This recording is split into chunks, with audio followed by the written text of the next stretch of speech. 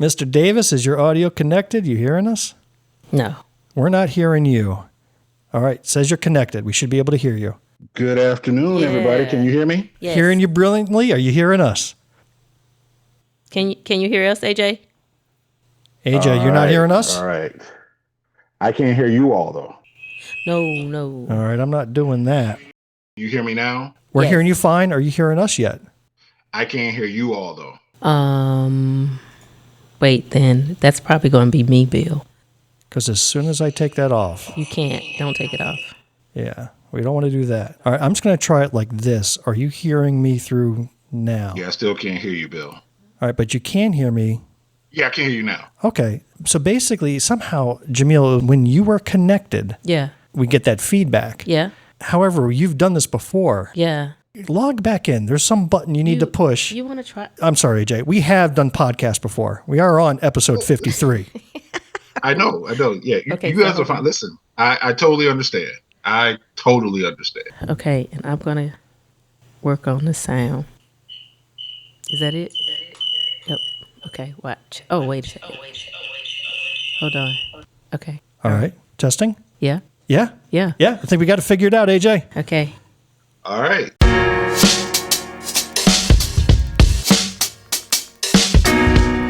Welcome to episode 54 of Black, White, and Blue in the South, the podcast discussing Democratic politics with a Southern flair.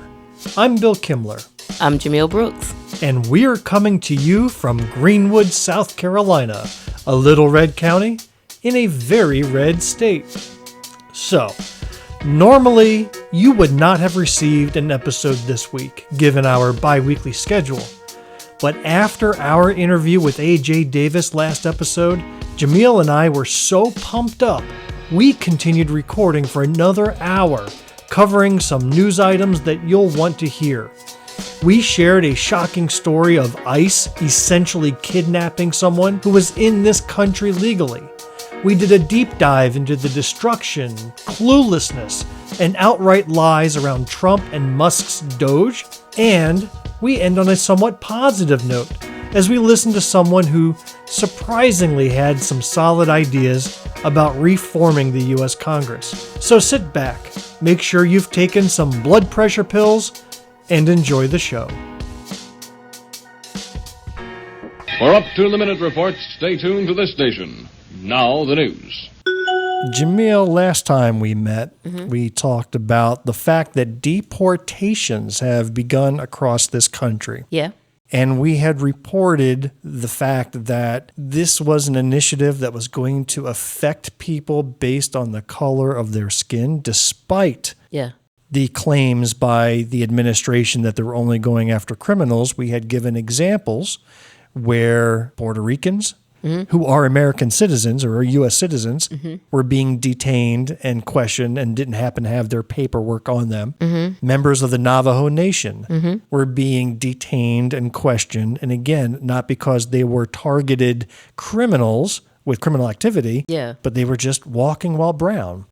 Well, now it's gone to the extreme. We have a real-life example of someone who was in our country legally, and the racist policy has completely upended this person's life, and I want you to hear the story as told by his friend. Okay. You won't believe what you're hearing if you haven't heard this before. Okay. Y'all better buckle the up because I have a story for you about my neighbor who was just detained and sent to Guantanamo Bay without due process. This is Elkis Martinez Gonzalez. And the photo that you see here is the same photo that is on file with the U.S. government when they were granting him asylum in the United States. So it all started when he went for a walk in a park that I am not going to disclose the location of. I will just say it was in San Antonio, Texas, where this happened. My neighbor is from Venezuela. Now, he is here legally with a valid work permit, and he was here on asylum that was granted to him. His court date to appear in front of a judge for the very first time for the asylum case was going to be in 2027. Wow. Therefore, in the meantime, while he's waiting and is on temporary protected status, even though it's set to expire in April because he has a court date, he could still be in the country legally and work legally. So that already nixes anyone who was going to say, well, he was here illegally. No, he wasn't. He was here legally, the right way that you all want him to be here. While at the park, he was approached by Texas state law enforcement, not local law enforcement in San Antonio, but the state of Texas. And yeah, he spoke English, obviously, as his second language, but it was enough to get by, hence how he was able to get hired for a job, which he paid taxes at that job. And when you're walking in the park, I don't know, when's the last time you thought, let me bring my binder of paperwork with me just to go to the park? Because he could not provide the necessary documentation to show that he was here legally at the exact time while he was in the park speaking with law enforcement who approached him. He wasn't doing anything. He has zero criminal record in the United States and in his home country of Venezuela. He ends up here in state detention. While he is in state detention, he is not able to communicate with the family. The family just realizes he hasn't come home yet. What's going on? They are not communicating. So they start calling around. They call their attorney only to check the Texas penal records and see that he is listed there as detained. The family was given a bond to get him out of jail, which they paid $2,700. And once they paid that, the state of Texas has 3 days to release this individual. They released him at 5 a.m. on the 6th day, on a Sunday at 5 a.m., except they did not release him to his family. No, they released him into federal custody, into ICE custody. So now, here he is, detained at the El Paso Detention Center for Immigrations and Customs Enforcement, again, not having had committed any crime and still has not had due process or even a chance to show his documentation that he was here in the United States legally. His family travels to El Paso to go and ask to see if they can speak with him or even just see him, only to find out that he has been transferred to Florida. He is in Florida. And what's near Florida? If you guessed Guantanamo Bay, you are correct, because that is where he was sent shortly thereafter.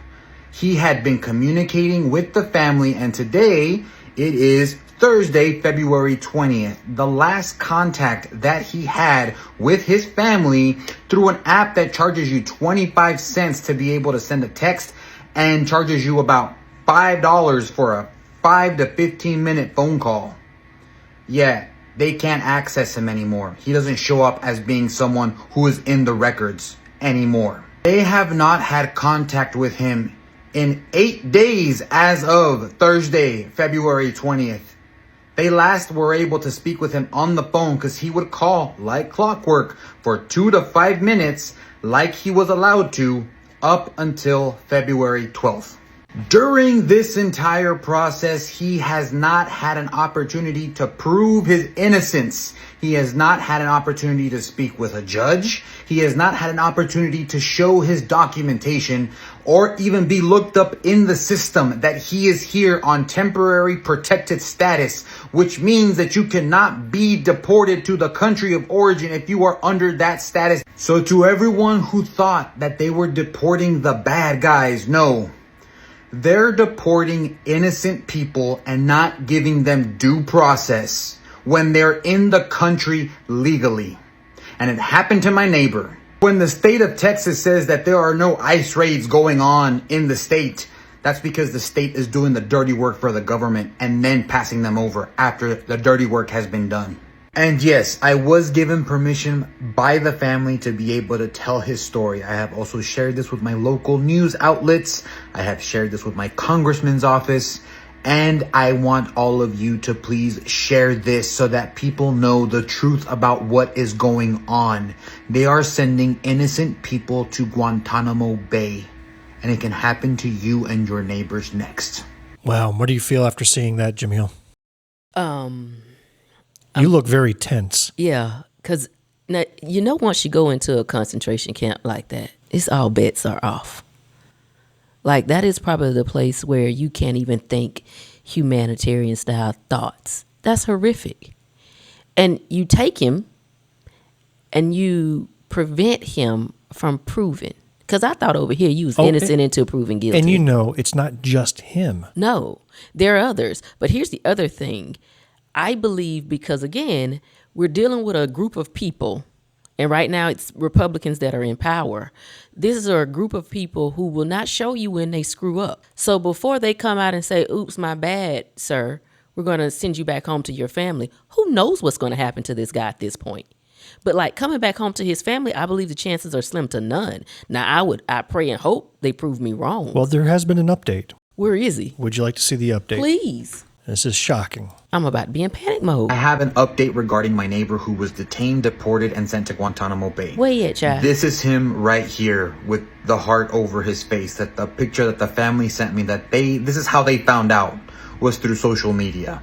No U.S. government agency, especially not ICE, has been in contact with the family about his whereabouts, but they can confirm that he is back in Venezuela, and the plane that he arrived on arrived from Guantanamo Bay. He has been stripped of all of his belongings, and the only thing he has with him while he got off of the plane is his prisoner clothing that he had while he was detained in Guantanamo Bay. Here is a video of him coming off of the plane. He is number 7 in the line. Check it out. Venezuelan migrants arrived back in Venezuela after being deported from the United States under the Trump administration's efforts to round up some of these undocumented migrants. Now, even though he is back in Venezuela, this is just half of the battle. I'm so happy that he is not in that concentration camp that is Guantanamo Bay, and he is back in his home country of Venezuela. But he shouldn't be there in the first place because he was in the United States legally. So now what I need help with is how to be able to bring him back so that he can continue working and be with his family that is here in the United States. In the meantime, I personally am going to be speaking with Elkis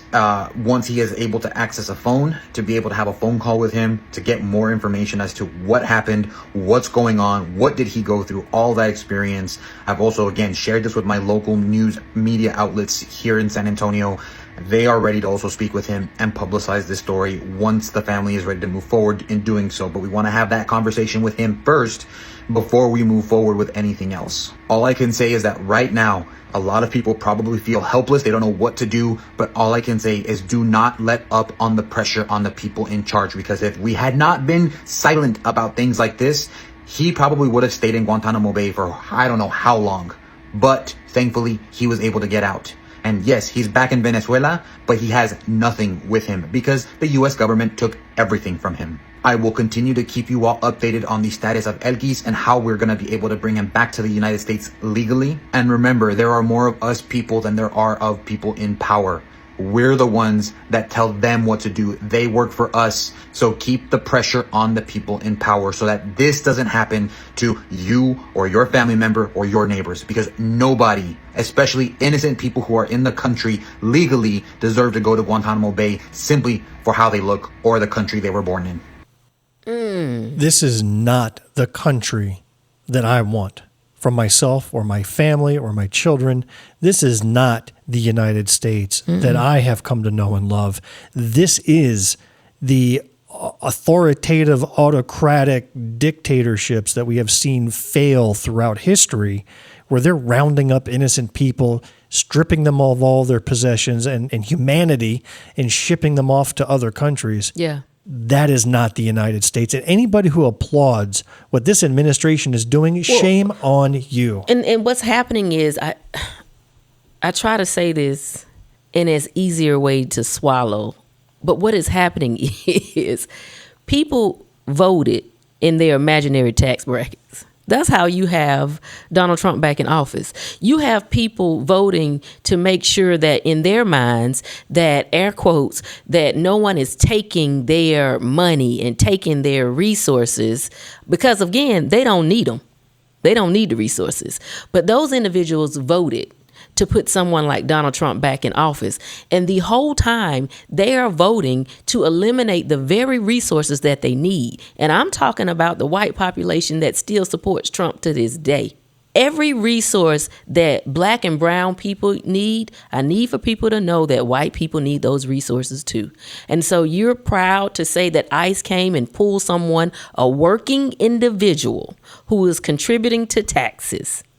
that is living a law-abiding life, because there was no criminal record for this gentleman in these United States. If you can applaud that, you're still voting in your imaginary tax bracket. I need for people to stop acting like they got millions and billions of dollars and voting on that Republican I just ticket, want you to because you don't. imagine if your son or daughter were out walking through a park where normally they are safe and they've done nothing wrong. The state government, in cooperation with the federal government, essentially kidnaps you and ships you off to another country. But I'm going to tell you who needs to feel that and imagine that. White America. Yeah. That's who needs to understand what it's like to send your child out to go to the park to play and then your child not return home because the people in charge, the government, takes your child away from you. Black Americans get it. Now you have brown Americans that are about to get it. But to help us, because we are the minorities, it would help if more of the white Americans got it as well.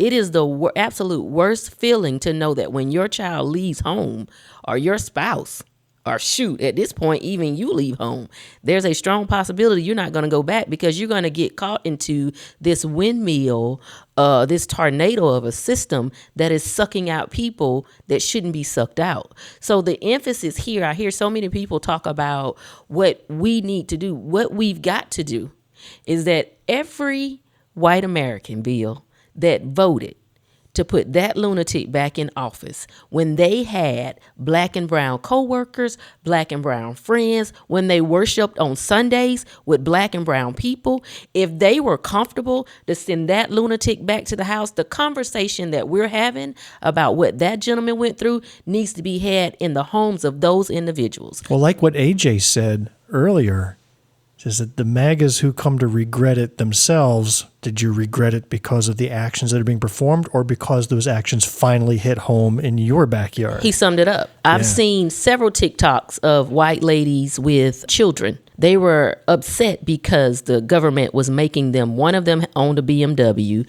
and she was having to sell the BMW because her food stamps got reduced. There was another one who was in jeopardy of losing her food stamps as well and was being made to go to work. And she said, well, I don't know if they know this or not, but everybody can't work. This is what I mean about we had so many people, black and white in this instance, that voted in their imaginary tax bracket. And now you're about to see what it looked like for you not to accept reality and know that you and people you know and love rely on some of these very same benefits and resources that are being stripped from us. We're going to talk about that more in a moment. But to wrap up on this topic, there are pro-migrant organizations, a pair of them, that have sued Department of Homeland Security and DHS Secretary Kristi Noem have sued them over illegally revoking this temporary protected status for hundreds of thousands of migrants. So this is something, to this gentleman's point, he says that they came in here, they followed all the proper procedures, the government gave them this temporary protected status, and Noem was quoted saying, the people of this country want these dirtbags out. And so now they are being sent. There's approximately 607,000 Venezuelans in the United States because of the unmitigated disaster that Venezuela became. They were given protective custody here. Yeah. And by the way, these same Republicans kept pointing to the socialism of Venezuela as being a disaster. Great. So now they allowed them all in here and saying, yeah, you know what, now we're going to send you back. With a court date of 2027. Well, we're going to send you back to that same country, probably to your death. Yeah. You know, that's why they sought asylum here, because they came out of fear of their lives, and now they're back in that same scary situation. We took them under false pretense and set a due date for 2027. That's only because of the backlog. Exactly. Right? That was artificially created by the same people in power. Exactly. Remember, the Biden administration, along with a bipartisan coalition of lawmakers, had a new border bill that would have jacked up the number of judges, jacked up the number of processors, get these people through the pipeline quickly, you know, get them to the citizenship they need, accelerate the proper process, if you will. They said, nah, that doesn't work for us politically. This goes back to me saying this is a party who is not going to say, oops, my bad. They will sacrifice you first before they claim responsibility. We're going to talk about DOGE and the Trump disasters that are now rolling across this country. And there is so much here to talk about, and we can quickly get lost in the weeds. So Okay. I'm going to try to weave a narrative here Okay, go. and tell a story that kind of ties it all together. As a starting point, I'm going to put up this screenshot Okay. up on our screen for us to look at. Oh, yeah. Okay. This is a screenshot that came from the Greenwood County Republican Party Facebook page. It did. Mm-hmm. It's a graphic showing Trump's first month, quote, accomplishments. And the caption of this post says, "Tired of winning yet?" And in this graphic, it covers numbers associated with deportations, the number of executive orders, the number of press conferences. But in the center is the DOGE savings number. What's that number say? It says $55 billion. In savings. Now, forget the fact that we have several $1 trillion of debt and, $55 billion is like a nickel that fell out of your pocket. It is. Besides that, all around the country, this number, $55 billion, is the talking point by Republican lawmakers at town halls. By the way, those town halls, they're getting reamed by people who attend these town halls As on they both should. sides of As the they aisle. should. It's wonderful. But they've accepted this number as a fact. And that's fact in all capital letters. Why? Because they were told that, and now they're just going to repeat it, despite all the evidence that has come out showing that this number is completely fabricated. Wow. So there's a great article by the Wall Street Journal, that liberal rag from the Murdoch family, who has an article called "How Much Has Doge Really Saved? Here's the Scorecard to Date." So I'm going to quote the Wall Street Journal here in this recent article. "The Trump administration's Department of Government Efficiency touts cuts of $55 billion in federal spending, often citing canceled DEI and climate contracts. However, a Wall Street Journal analysis of government contract data, how dare somebody go validate this claim, showed a much different picture. Quote, woke, quote, cuts were just a tiny fraction of the total, and many claims of savings were overstated. While DOGE hasn't offered details about all the stated savings, it has posted a list of more than 1,100 canceled contracts to its website. As of Friday, it said the savings from these contracts amounted to about $7 billion. That makes sense. What's the number they're floating around? 55. What can we add up? 7, right? Now, the journal analysis projects the actual savings could be closer to $2.6 billion My goodness. over the next year if spending levels remain constant, and about 2% of the funds. So now that's $40 million, I'm guessing, $400 million? Yeah, 400 maybe, out of $2.6 billion would have gone to contracts related to DEI. So it is just a penny, a fraction of a penny of this $55 billion that they keep running around with. But Bill, listen. Now, all of us know that these United States was not investing that much money in DEI. No. Now, we got to know that. Even the people on the right side know. Even the biggest MAGA would know that if this is a Republican-led country, they not putting a whole buttload of money into DEI. So if your only response is to say, we saved about $55 billion and most of that is coming from DEI, everybody on both sides of the aisle should have went, show me. Because I didn't know we put that much money into it. And they can't. Obviously, they can't. So not only is this amount a lie, I'm going to focus on the fact that there's a lie here. It's a lie. The reason for the cuts that they're doing is also a lie. Yes. So they run around saying there's so much wasteful spending, and yet what are we watching? We're watching them release nuclear arms technicians. Did you see that mess? And then go, whoopsie, we got to hire them right back.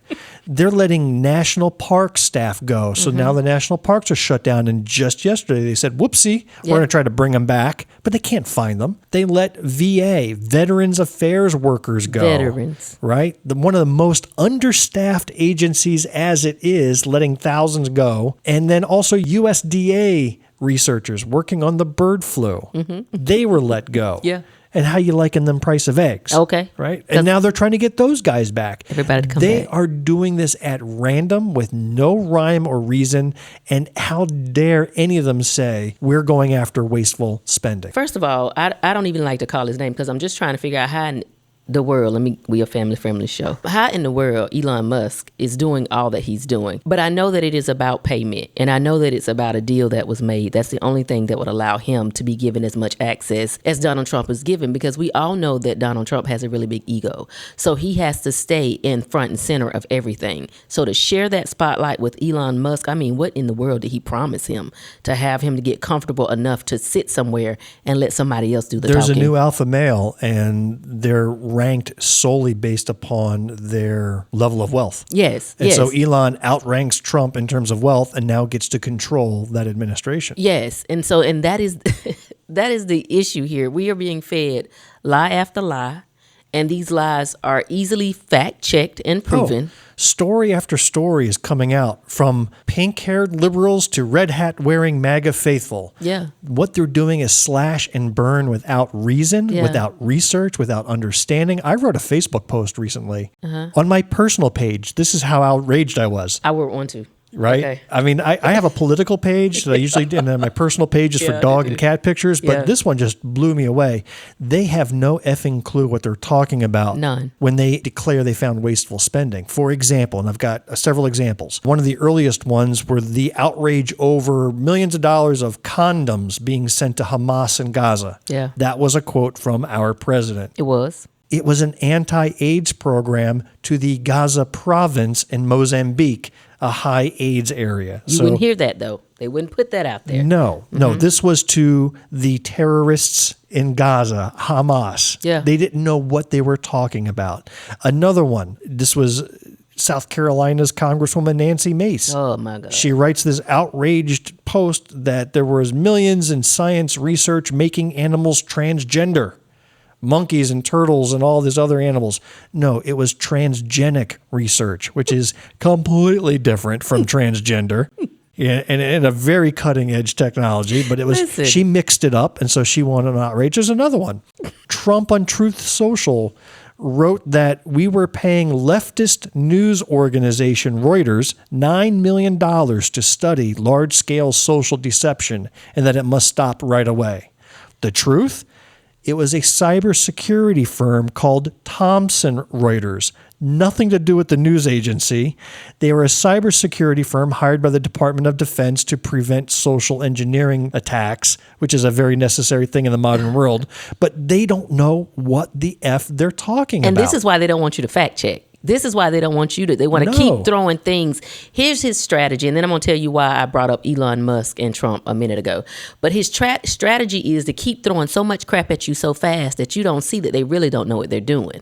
And then you're just going to have a whole bunch of confusion, and then it'll be time for somebody else to transition in and try to fix it. But his strategy of throwing the distractions at people with the headlines is really effective. Here's how I know that he nor Elon Musk are true business people. In the business world, with training or not, you know that you have to first come into a situation and evaluate it. You got to look at what's being done, look at the practices and the procedures, and then you come back to the drawing board and you say, well, if we were to remove this, because we've identified this as potential waste, if we were to remove this, how will it impact that particular department? That is not occurring. So no matter what the right wing is saying that he's a businessman, he can handle this, every business that he has had has failed and needed to be bailed out. So what we are doing, if we are voting and supporting this foolishness, is showing that we truly have no clue about business ourselves. And we're getting what we ask for if we continue to allow this to happen. No evaluation of the programs. No evaluations of what might happen if you remove a certain segment from that program. And yet, you're doing all of this controlling of the waste, but you ain't touched not one of them contracts that Elon Musk got. No, those have remained untouched. And in fact, every agency that was actively investigating a Musk-related business, whether it was safety protocols in SpaceX or this brain implant technology he's got going on, anybody and everybody who was busy monitoring the safety of those things are now gone. Yeah. So he gets himself in a protective bubble. Yeah. And not a single dollar of that spending has been cut. So we've shown where the amount was a lie, that they have no clue what they're talking about when they claim that there's waste because they haven't been able to actually show where waste has done. Anytime they attempted to, they get fact-checked, and then they get mad they got fact-checked. So you've got Trump and Musk and members of Congress waving their ignorance on full display. Yes. And their supporters simply don't care. They've got the narrative they want in their mind, and no amount of facts is going to change that narrative. For example, an example of a disinformation campaign running rampant with claims about $600 million spent by the Department of Defense on sushi. Again, wasteful spending. Let's take a look. The first ones they were going to ask him about is why the Pentagon spends $600 million a year on sushi, when that's not even in like the top 50 of worst expenditures. Did you know that the IRS is spending $230,000 a month on cinnamon roast K-cups for their headquarters? People like that guy are genuinely dangerous for American democracy because they get on social media and so shamelessly and confidently lie. Before this video, I was sitting here thinking, where did he get this information from? Why does he think we're spending $600 million a year on sushi at the Pentagon? And then I found his source. It's a post from a fake Elon Musk account on Twitter. He thought it was the real Elon Musk, and he took this information and ran with it. It reads, I told you yesterday about the $600 million per year the Pentagon was spending on sushi, or we also found that $230,000 per month was being spent by the IRS on cinnamon roast K-cups. Sounds familiar, doesn't it? He got duped by a fake Elon Musk account and then hopped on social media and spread this information for hundreds of thousands of people to see. Also, Google is free. It should become your best friend. I just did a quick search and I found 3 different fact checks from News Nation, USA Today, and PolitiFact on this claim. And what do you know? Fact check, DOGE didn't find $600 million in Pentagon spending on sushi. This is why it's so important to get your information from reliable sources and look into things yourselves and not get information from bozos like that. But people only look for what they want to find. And we're in that society now where you're looking to say that DOGE is going to be successful with cutting costs and improving wasteful or reducing wasteful spending. So any headline that supports that, that's what you're going to look to find. And not enough people are going to dig deeper enough to see if the headline is actually accurate. So to recap where we are right now, don't believe the numbers. Okay. Don't believe the reasons. Correct. Propaganda requires 3 things. Mm-hmm. 1, the propagandist. In this case, Musk's DOGE and Trump. Yeah. Then you have to have the message spreaders. So we're talking about the Republican leaders, the congressmen and women who take everything that Trump and Musk say and then go out to their neighborhoods and communities and spout it as if it were unquestionable facts. Okay. Then you have to have the third thing, which is a willing public to believe it.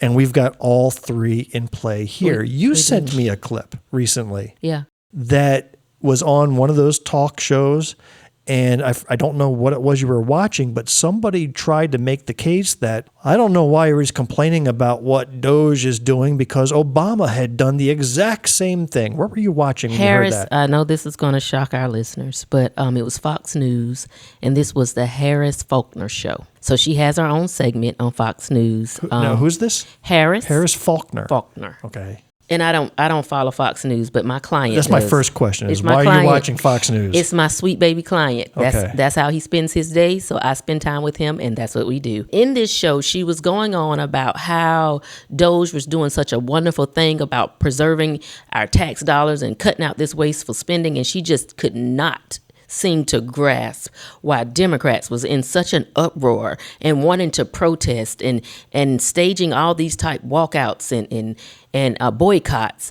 when that's the same very thing that President Obama did. But of course he wasn't president. She didn't say president. She said that's the same thing that Obama did when he was out in office. He said that he wanted to curb wasteful spending and nothing happened. So now that Trump's in office and it's happening, she said she's just wondering why Democrats are now in an uproar. Well, guess what I have a clip of? What do you have? A clip of Obama speaking about cutting wasteful spending. So let's listen to what the president had to say back in the day. Yes.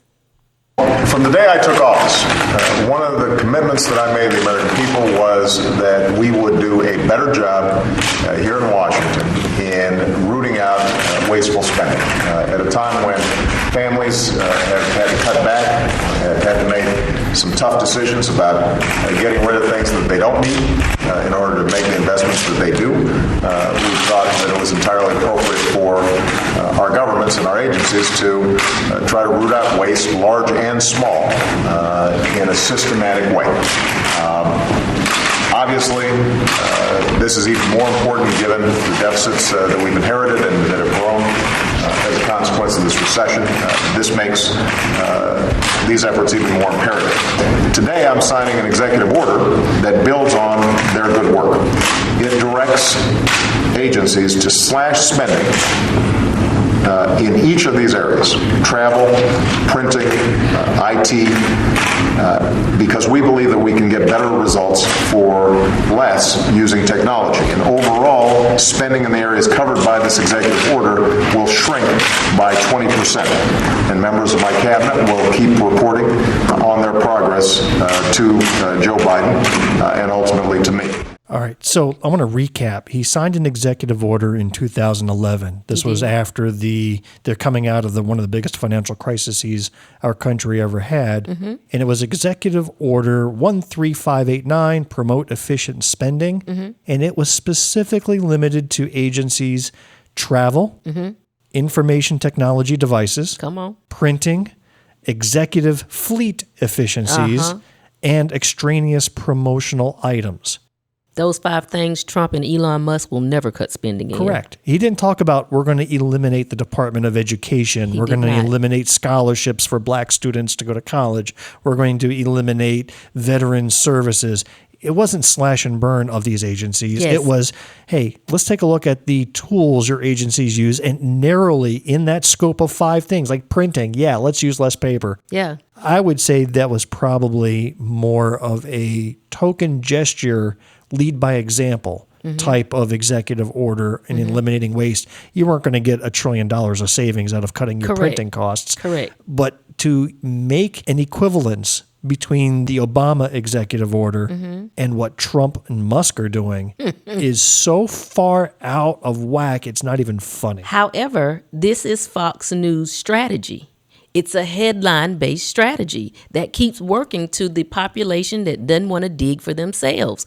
So if you say Obama had an executive order that wanted to curb wasteful spending and you never dug deeper to find out what it entailed, you would think, yeah, that's right, the Democrats are just whining because it's not them. So far from the truth. 2 different types of policies.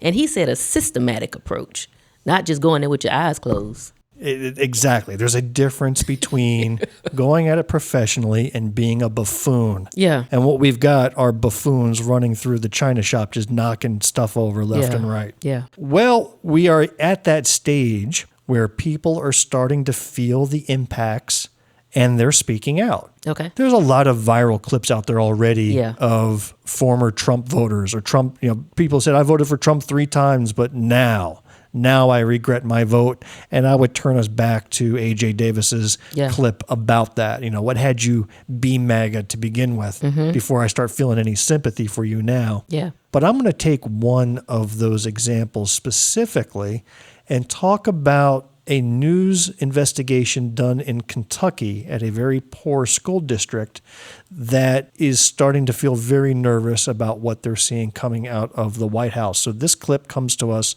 from CNN. Bell County, Kentucky. Almost 80% of our students are underprivileged. Blankenship fought for every dollar for her kids. How much of this room is funded? The entire room. A third of all of Bell County, Kentucky school district funding in 2021 came from federal sources. So this district is listening as incoming President Donald Trump pledges this. One other thing I'll be doing very early in the administration is closing up the Department of Education in Washington, D.C., and sending all education and education work and needs back to the states. In Bell County, 84% voted for Trump, yet it deeply relies on federal funding. And that's not unusual. A CNN analysis found the 15 states that most rely on federal funding for its public schools in 2022 all voted for Trump. And I voted for President Trump. I mean, you're an educator. You didn't vote for Trump eliminating federal funds. No, I did not vote for that. I voted for President Trump to make America first again and to improve our lives. Do you believe that he would cut funding for this county? I want to say in my heart, absolutely not. I do not think that's what the voters want. If we have federal cuts, then that's going to mean bigger classroom sizes. I would lose teachers, first and foremost. It's devastating for this school in particular. If these cuts happen, it'll be awful. It'll be awful for our kids. Mrs. Goodnight, as her 4th and 5th graders call her, grew up in Bell County. Her son is a 3rd grader here. They're not going to be as prepared in their adult lives. Just because they're here in Appalachia doesn't mean they don't deserve it. They deserve it just as much as anybody else. My first position was a part-time custodian in the district. This superintendent is still doing multiple jobs, taking on paying invoices and answering the district's phones just so he can save money on administrative help and send more money to his classrooms. I don't think that anyone in our county wants to cut our school funding. I don't think that anyone voted for that. Do you mind if I ask who you voted for in the election? I voted for Donald Trump. I know you did. I know you did. God darn it. Let me tell you something. Now, nothing don't piss me off more. So I was doing all right. Nothing don't piss me off more than these public school employees who went out here and went into that booth and checked Donald Trump. Now, that pissed me off. Like, you saw Project 2025. It told you what it was going to do. You had all the proof you needed. You serve these kids every day, and you know sometimes the only meals these kids get is when they come to that school. You know sometimes the only education they're getting is when they're in these schools. And you took yourself into that election place and got your ballot and had the nerve to vote for Donald Trump, and then gonna sit up here on these people TV and say, oh, that is not what I voted for. Yes, it is. You can't vote for one part of what he's going to do and not vote for all of it. If he says something that jeopardizes your livelihood and the livelihood of the people that you love, care, and support, then anything else that he says, whether you like it or not, you better not go in that booth and vote for him and sit up here talking about something, I voted for Trump, but I'm hoping that he won't. He is. Now what they going to do? What I love doing a show with you is... What? Is that over the course of the episode, as you get more riled up, your voice affectation changes drastically. Got to compare your opening statements to just now when you are now completely on fire. I'm sorry. You are on. Don't apologize. This is the best part of the show. Let me go back, because that pisses me off. And it should. And you got the nerve to be sitting up here talking about everybody will have bigger classroom. You think? So we're going to wrap up with another clip that you sent me. Which makes sense. Which is very interesting because this clip came from a right-wing MAGA extremist named the Older Millennial. Yes. And again, I have to wonder, what are you watching out there? So you have learned by now that I love to watch what they watch because I want to understand why they think the way they think. And so I do a lot of that. I do a lot of checking out what they think. So this one is about 5 good ideas to reform Congress. Okay.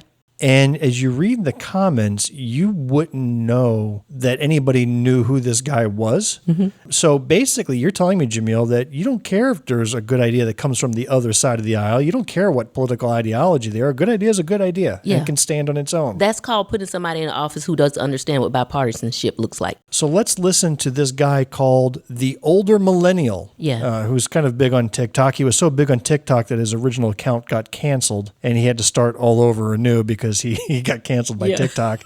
But let's hear what these 5 good ideas are. Okay. Here's how I would fix how up the United States Congress is with 5 simple rules. The first rule obviously being term limits. The people in Congress should be just like the president. They are only allowed to serve 2 terms. Then they can make way for someone else. I'm okay with that. I don't have a problem with that. Rule number 2, congressmen and women are paid the median salary of the state they represent. Ding. The congressman or woman wants to make more money, they need to take action to raise the median salary of the people in their state. This will immediately guarantee that they understand the people they represent. Makes sense. And I know people are going to say that would be hard to do because they have to go back and forth between Washington and their state. That leads me to rule number 3. No more traveling to Washington, and also no overseas travel paid by the taxpayer. Now, how will we accomplish this? Easy. We all know what Zoom is. It is 2024.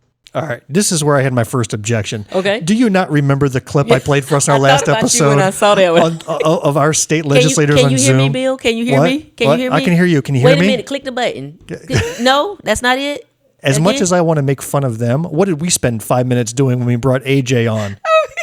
Right? We had echoes. We had feedback. We had what button to push. I can hear you. You can't hear me. We were going through the same damn thing. Right? So as much as we want to make fun of them. But listen to what he says after that, because that made me say, that makes sense. All right. Well, this is the first one I'm thinking is not something I'd sign up for. Okay, but anyhow. There is no reason for our representatives to be traveling to Washington. There is no reason they have to meet in the same room. You just install big-ass iPads on each chair, and they can talk it out over Zoom. It's insane that we are paying for our representatives to travel all the way across the country just to vote. All we need is big-ass iPads, secure push-button voting technology, and video conferencing technology. 3 things we already have. As for the overseas travel, there is zero reason for a representative from Idaho to have to go to Paris on official business. They are not foreign dignitaries. Come on. All right. Well, I also disagree with this, too. You think so? We have, at least here in South Carolina, a lot of business that comes from Germany, from Japan, and to be able to travel and advocate on behalf of business investment in the state? Absolutely. You want to send who we sending now to go do that? Listen, if the business deal gets done, that's fine. I'm just saying that regardless, let's say a good person's in play. Okay. All right. You want to be able to have the freedom. And no, you're not going on behalf of the United States government. Correct. You could be going on behalf of the state government trying to work a business deal for investment in your state. Okay. All right, I can see that. I now, can see that. We talking about, I think maybe he's talking more at the federal level. That's what I took it for. Like, why is Lindsey Graham over in Israel every 10 minutes? Exactly. Why did we have U.S. senators in Russia on the 4th of July years back? This is under the Trump presidency. Why are they there? Yeah. And so I think I can see that And point. that's the way I took it. I didn't take it state level. I took it for federal level because I'm thinking I don't think Lindsey Graham needs to go and negotiate anything. Nancy Mace was over in Israel. Why? She had to see something for herself? She was on fact-checking? Over there in their way. Okay. Are not part of some international Peace Corps. They are representatives of their state, so they need to stay in their state. Now, if they want to go overseas on vacation, that's fine. They can pay for it themselves. But there's absolutely no reason taxpayers should be footing the bill for representatives or senators to fly overseas. Now, without them traveling all over the place, that's going to free up a lot of time. And that'll lead into rule number 4, which is single-issue bills only. Any bill that's submitted to be voted on can only be about one single issue. There is no reason a veterans benefit bill should have anything unrelated to veterans in it. It should be putting up one issue at a time, voting on one issue at a time, and passing or not passing one bill at a time. Want more money for Ukraine? Put up a bill that is just the Ukraine funding. Don't combine it with some bill giving benefits to old people to try to make everyone feel bad and vote yes. If a bill or an issue can't pass on its own merits, then it doesn't need to be passed. And lastly, rule number 5. Anytime a member of Congress speaks to the media or the American people, it is automatically assumed that they are under oath and can be charged with perjury for lying to the American people. And if through a jury of their peers, preferably that jury should also be made up of the residents of the state they represent, they will be immediately removed from office. And that's it. 5 rules to Congress. Read the top. What did the top say? The world is coming to an end because I agree with all of this.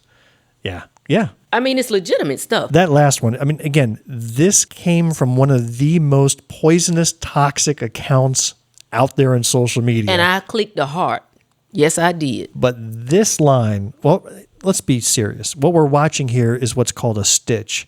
So that means this is somebody else's video. This is Auntie Wiggs. And Auntie Wiggs is very, very vocal on everything that's going on. So she had to stitch with this guy. Yeah. And she's just making hand gestures and facial expressions throughout. Saying, I agree. Oh my God, this is crazy. I went looking for the original video because I wanted to give the creator full credit for his statement and not Auntie Wiggs flapping her hands around while he's talking. Yeah. I'm sure she's a lovely lady. Yeah. But I couldn't find it because this guy was so toxic. His original account got deleted by TikTok along with all of these videos. So what we just saw here with Auntie Wiggs is the only copy of this guy's statement out there. Well, I appreciate it. Yeah. Because it makes so much sense. So I feel dirty for But- agreeing with, well- I would say, 4 out of 5 of these. And I'm only weakly disagreeing on the 5th one. So all these points were fantastic, especially that last one. Yeah. I think he did a good job with it. And that would be a great talking point for two sides to actually come together and say, you know what, I think this does matter. I think that we could. And that's a wrap for this episode of Black, White, and Blue in the South. We hope you enjoyed what you heard today. If you did, please, I'm begging you, take a quick minute and leave us a rating and a review of our show. It costs you nothing and it means everything to us. If you do, it'll help stop Jamil from getting sucked into the world of right-wing media. Sure, it may seem harmless now, but there's something about a daily diet of propaganda that just changes people to their core. And we don't want that happening to our beloved Jamil, do we? If you are a blue dot in a red sea, keep the faith. Keep up the hard work. Change only happens over many years of work and dedication. As the great baseball player Babe Ruth once said, never let the fear of striking out keep you from playing the game.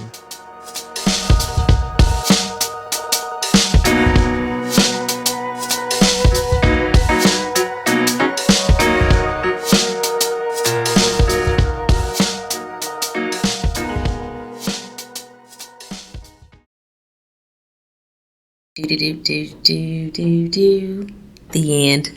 The preceding podcast is a product of Big Media, LLC, and is copyright 2025, all rights reserved.